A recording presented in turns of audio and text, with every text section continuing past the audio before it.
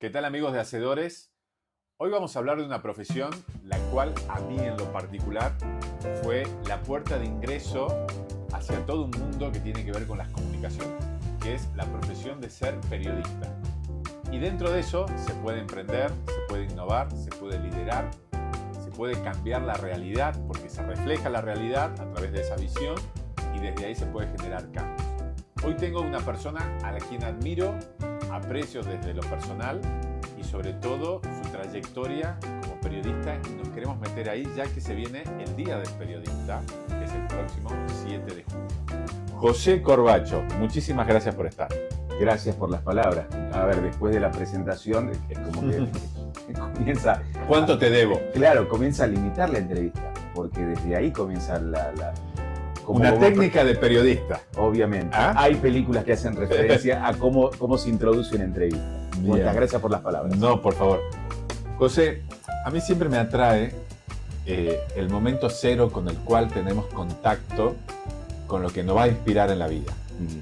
Estoy seguro que a lo que te dedicas ha tenido ese momento cero de sentirme inspirado, de esto es lo que yo quiero, lo que siento. Todavía no le doy forma, no lo identifico, pero siento que por ahí va mi vida.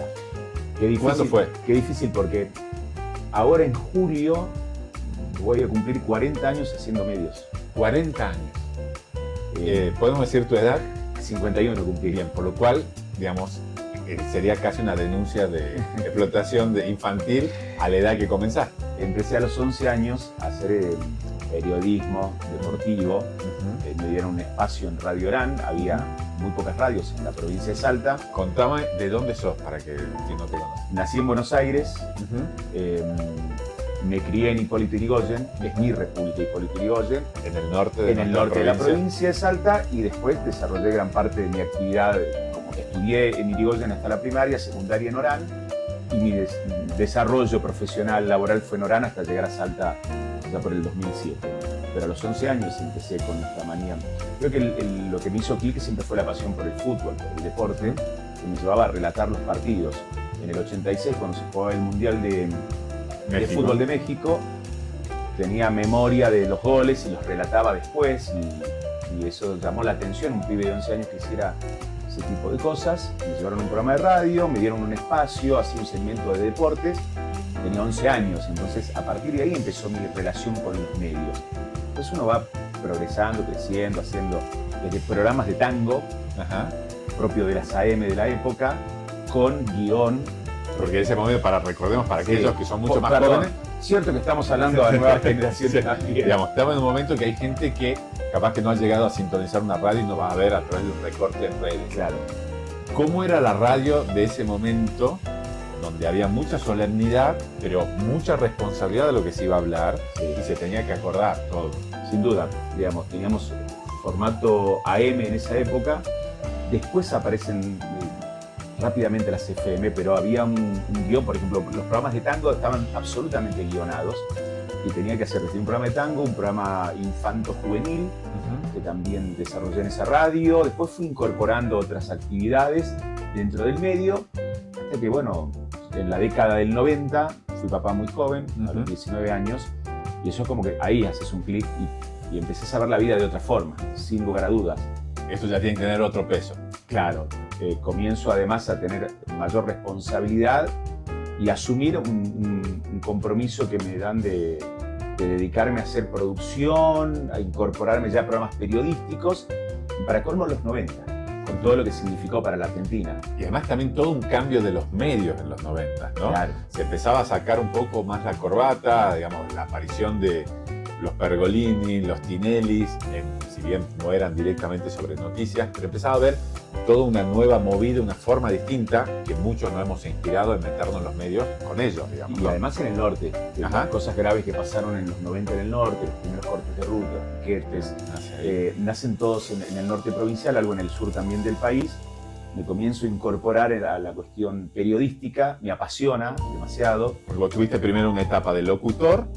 Sí. Te atraía la periodismo deportivo, muchos relatos, comentarista. Hice mucho de fútbol, campo de juego, mesa informativa, digamos, pasé por todas las esferas del periodismo deportivo, por eso amo amo el deporte hasta el día de hoy. Si alguien me ofrece un programa deportivo, con todo gusto. Y fui metiéndome en el mundo periodístico en general. Entendí que todo lo que pasaba a mi alrededor se lo podía contar. Y allí me abrieron las puertas para contarlo con mucha libertad, con responsabilidad, pero con mucha libertad. Y encontré esa beta de, che, puedo comunicar. A mí me apasionaba mucho escuchar algunas bandas, Piojos, Bersuit, fines de los 90, que de pronto nos hacían, no solamente desde lo musical, sino desde las letras, repensar la realidad. Y digo, ¿y si esto lo puedo trasladar con mis palabras y contar lo que ocurre a mi alrededor? Y allí empecé con la pasión más periodística.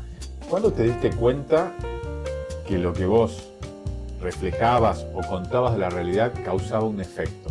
Y dijiste, che, esto de ser periodista tiene una responsabilidad, tiene una mirada que exige en mí, digamos, formarme, trabajar, ver. Si bien el ser humano no puede ser 100% objetivo, porque somos nosotros con nuestra realidad o nuestra circunstancia relatando una realidad, pero ¿cuándo te diste cuenta que tenías un poder en tu mano de hacer lo que hacías? Creo que hubo un caso, yo entraba a trabajar muy temprano, 6:30 ya teníamos el programa, me dirigí a la radio y el entonces intendente Orán, Eliseo Coco Barberá, una persona que respetaba mucho, pero que yo criticaba con respeto, pero que criticaba algunas cuestiones. Hacías tu trabajo, digamos. Claro, me preguntó si me podía acercar hasta la radio y en el camino me dijo, ¿por qué me criticas, Changuito? ¿Qué edad tenías para? Contemos la situación. Vos, dentro del auto 20, del intendente. Claro, 20 y pico. Entonces mi comentario fue palabras más, palabras menos. No lo critico porque lo trataba de usted, pero sí le marco las cuestiones que creo que están mal y lo hago con absoluto respeto. Y me dio la mano y me dijo que entendía la crítica y es como que dije, pará, lo que uno plantea, si del otro lado se escucha y se lo transmite bien, puede servir para cambiar realidades. Y aprendí, después le puse término, salir de nuestro metro cuadrado, dejar de contar solamente mi problema, mis realidades y tratar de mirar un poco más alrededor de lo que está pasando me hizo tener una mejor perspectiva de lo que estaba ocurriendo en esa época. ¿Y cómo manejas tus emociones frente a casos que debe haber muchísimos de injusticia, de desigualdad y demás, para buscar esa objetividad? ¿Se puede? ¿Hay alguna técnica? Soy muy pasional, pero creo que si le quito pasión, dejo de ser lo que soy. En estos tiempos donde insultar, putear, decir cosas de esa forma garpan, yo creo que podemos decir exactamente lo mismo de otra manera, con respeto, pero con firmeza. Pero sin dejar de lado la pasión. El día que deje que no sea pasional en lo que hago y en lo que transmito, a veces me equivoco, como lo hacemos absolutamente todos, inclusive hasta la hora de tomar decisiones de cuáles van a ser los temas del día, que tengo la posibilidad de tomar decisiones de este tema sí, este tema no. El día que deje de tener pasión me dedico a otra cosa. Creo que es la principal emoción que nos mueve en nuestra profesión. El fuego que tenemos. Sin duda. Conociéndote, José, creo que no te vas a dedicar nunca a otra cosa, porque es muy fuerte el fuego que emanás de lo que haces. Hablabas recién de los tiempos actuales, donde putear, llamar la atención, insultar y demás, hace un clic, se busca, llama la atención, como lo que puede ser el recorte de esto que vamos a poner en distintas plataformas. ¿Cómo superás eso o cómo crees que se puede llegar a superar eso y no caer solamente en esa trampa de llamar la atención por llamar la atención porque necesito la visualización? Es un desafío que tenemos los comunicadores en general. Yo pensaba cuando fue la pandemia, que nos volvió a exponer a los medios fuertemente, nos volvió a potenciar fuertemente, a los medios tradicionales. Yo recuerdo cuando hacíamos los programas aquí en Lupo, cuando estaba en el canal, y la gente prendía el canal solamente para ver a las 8 si estaba el primer caso confirmado de COVID, y entonces nos volvió a dar esa fortaleza de la comunicación, y dije, o salimos o mejores o peores de esta etapa. Yo tengo mis dudas todavía de cómo salimos como sociedad. Este también es un desafío de época, de cómo comunicar bien, de manera prolija, correcta, aún repito, equivocándonos. No significa mentir equivocarnos, porque yo puedo tomar una postura en determinado tema hasta que alguien me lo aclara, hasta que alguien lo dilucida, y me permite formar una opinión distinta. Tengo margen a pensar distinto el día de mañana. Y ese va a ser el desafío de estos tiempos. Yo creo que dentro de unos años la gente va a seguir valorando quién te dice la verdad y quién no. Y después los que hacen mucho ruido, el ruido en algún momento pasa, se apaga. El desafío para los comunicadores es tratar de contarle a quienes tienen ganas de escuchar la verdad, contarles esa verdad. Desde tus 11 años hasta ahora, hasta tus 50, desde tus 11 años hasta tus 50 de ahora, has visto muchos cambios, sobre todo la tecnología, que es la que potencia los grandes cambios que después impactan en lo social, en lo económico, en lo espiritual, en todo. La tecnología nos está cambiando y en estos tiempos de una forma acelerada que es tremenda. ¿Qué crees esto que dijiste vos? Que nunca, siempre vamos a tener una oportunidad, aquellos que comunicamos con objetividad, buscando reflejar la realidad, pero ¿qué cosas sí hoy los medios, hasta el momento como lo entendimos, sí deben cambiar? Al menos lo sentí vos que deben hacerlo. ¿Qué cosas deben cambiar para seguir siendo atractivos, sin perder la esencia? Yo creo que los tiempos nada más a veces nos permitían, este tipo de charlas pueden sonar hasta fuera de contexto en estos tiempos.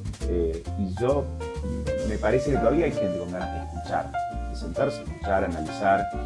Hoy tienen otros tiempos, otros términos.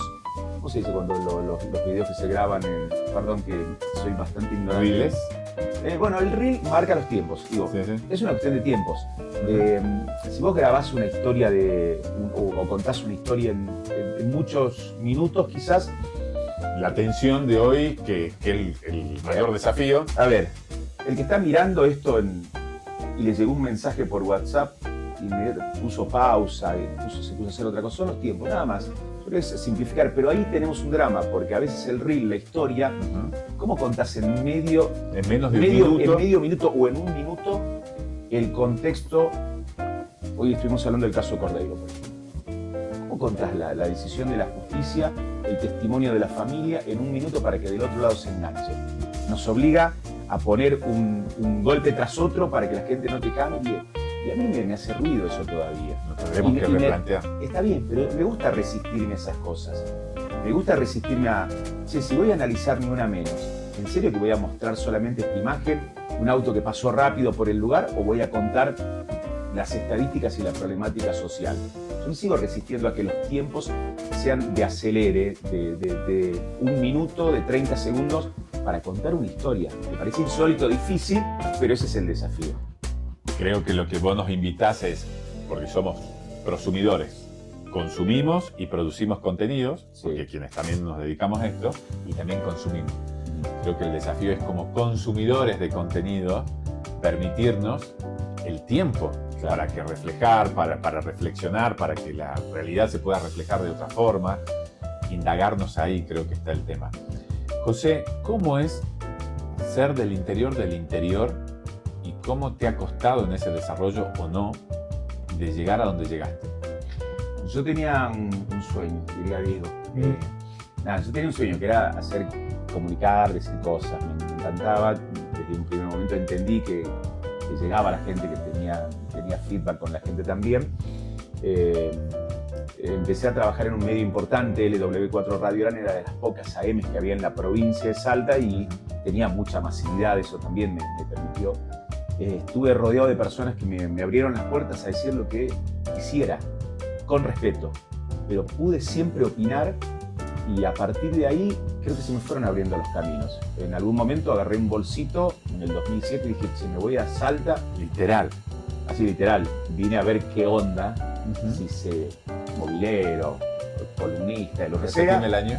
2007, entonces fue el último año de Romero como gobernador, y de pronto también se me abrieron las puertas. Yo soy una persona de mucha fe también, creo que Dios tiene marcado el camino, entonces va siguiendo el camino marcado por él, pero llegué a Salta y un día me encontré conduciendo en la radio que amaba, y un día tomando un café encontré una persona que me abrió las puertas en el canal que quería. Entonces se fueron dando las oportunidades, pero a eso le pones mucho esfuerzo detrás y mucho compromiso y responsabilidad, porque sé que si esta noche o mañana a la mañana en la radio digo algo fuera del lugar, que no corresponde, si miento, después me comienzo a pisar en las mentiras y esto se termina rápido. Por eso ¿cuántos? 40 años, no llegan de casualidad, llegan con mucho esfuerzo, con mucho sacrificio, y entendiendo que yo aquí vine a hacer lo que me gusta, no a vivir en el sentido de darme lujos en la vida. Nuestra profesión no nos lleva a eso, lamentablemente. Entonces entiendo la precariedad laboral que tiene el ámbito en el que nos desarrollamos, sé de las presiones que se viven, entiendo el juego donde estoy, pero me gusta jugarlo con mucha responsabilidad y mucha honestidad. José, para mí es una persona con una decisión muy fuerte, porque hacerlo del bolsito, venir del interior y apuntar al primer medio, al medio más importante, es decir, yo quiero estar sentado ahí, y lo lográs. Y dijiste una palabra o mencionaste a Dios, a la fe. ¿Cómo juega eso en vos? Yo creo que en momentos difíciles es como que uno se apoya primero en la familia. Tengo una familia que me apoyó siempre, desde mis viejos, que me permitían a los 11 años, en la época donde no teníamos colectivos, no había tantas oportunidades, un teléfono para estar conectados, viviendo en el Irigoyen hasta Orán, si bien son 10 kilómetros de distancia, mi familia fue siempre el sostén.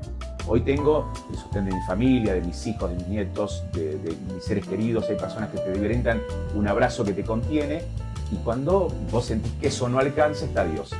Porque siempre recurrimos cuando estamos en momentos extremos, generalmente. Pero siempre lo tengo presente porque sé que está de una forma u otra. Digamos, cuando te pone alguien al lado que te brinda un abrazo y una contención, es él que te lo pone. Y lo tengo de esa forma visto en la vida, aunque hoy seamos tan banales y tan básicos en la forma de analizar las cosas. ¿Sos de agradecer, José? Siempre, todos los días. Agradecer. Agradezco a Dios, a mi familia, a los contactos. Agradezco cuando, no sé, te saludan por el Día del Periodista, digo gracias. A los que nos dan trabajo, gracias, porque nos dan oportunidades y hay que agradecer siempre. Me parece que es la única forma de que mañana alguien más le brinde oportunidades a algún ser querido. Me parece que esas cosas están siempre muy presentes, muy cerca. Para cerrar, José, nos están viendo a través de un reel. Un chico que tiene 15, 16 años, ya está pensando que va a terminar el colegio dentro de poco, y le suena por ahí el periodismo, pero lo ve como un poco lejano a todo lo que le atrae de la tecnología y demás. ¿Qué le dirías para convencerlo que ese es el camino que él tiene que tomar? Pero que tiene que estar, digamos, que debe saber que tiene que estar preparado para tomar ese camino. ¿Qué cosas van a pasar? Que se va a encontrar con un camino difícil, como todo en la vida, porque me imagino que el chico que decide estudiar abogacía, que decide estudiar medicina, va a atravesar un sinfín de dificultades, de inconvenientes. Si eso es lo que le gusta, está apasionado, tiene quien los acompañe, que es la familia, la contención, los afectos, que vaya para adelante. Que piense que la vida es tan corta a veces, y nos ponemos a analizar tantas cosas en la vida, a poner un lugar en otro. Nada, dejarse llevar por la pasión, pero no dejar de lado la responsabilidad. Si mezclas esas dos cosas, la pasión, la responsabilidad, todo fluye en la vida. Y por supuesto los afectos, sin duda. Feliz Día del Periodista. Feliz Día del Periodista. Gracias, José.